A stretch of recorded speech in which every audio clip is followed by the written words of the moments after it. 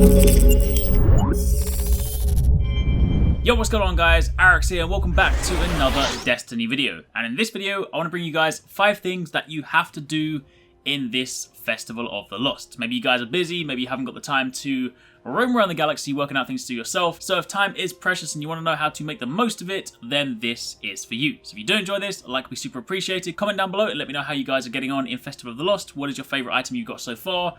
But let's get started. So first up at number 5, Festival of the Lost emblems. For those of you guys out there that are emblem collectors, then there are 2 special emblems you can get this time round.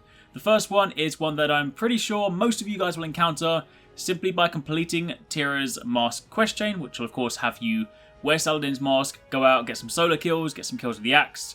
Once you complete that and you hand that back in, you're going to get the Frame's Honor emblem. That is the one with 2 brooms crossed over. And the other one, Midnight Hunt, that one you can't actually get until Friday because that one comes from Trials of Osiris. Now it doesn't state here that it comes from the Lighthouse, so it might well just be simply by participating or by, say, completing a passage whether you go flawless or not.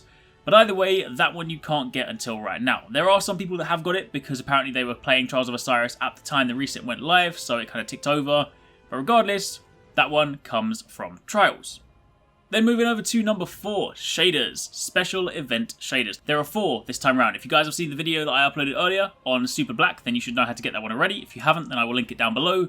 But Super Black is the elusive shader that's been in the database since year 1, and if you guys want to grab that, then you'll need to complete the candy trading chain, and you get that one. As for the candlelight shader, that one comes from Strike Horde chests, so you're going to need to have skeleton keys for that one, and then upon opening a chest at the end of a strike, then you have a chance to get the candlelight shader.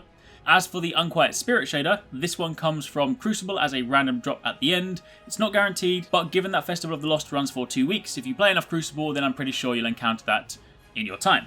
And as for the C-of-Tier shader, this one is supposed to come in the Gifts of the Lost bag. It's supposed to be a guaranteed drop.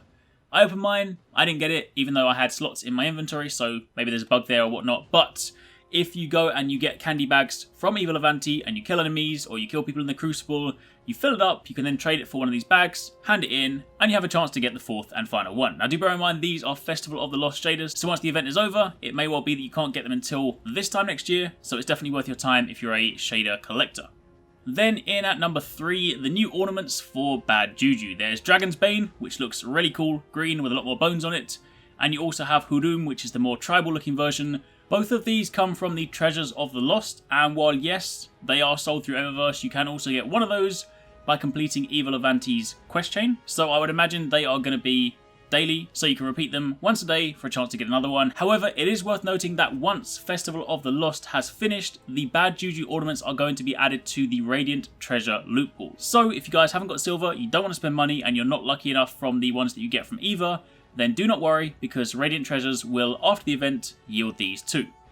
Then in at number 2, given that this is what Festival of the Lost is all about, don't forget to collect as many masks as you can. Now if you guys are new to Destiny, maybe you missed last year's event, then completing Evil Avanti's quest chain will actually award you with some of the masks that came from last year, things like the Traveler Mask, the Tiger Mask, etc. So if you missed out, that's a chance to get some of them, and also the Treasures of the Lost box do yield last year's masks as well as this year's masks. Now as mentioned, this box here is sold primarily through Eververse.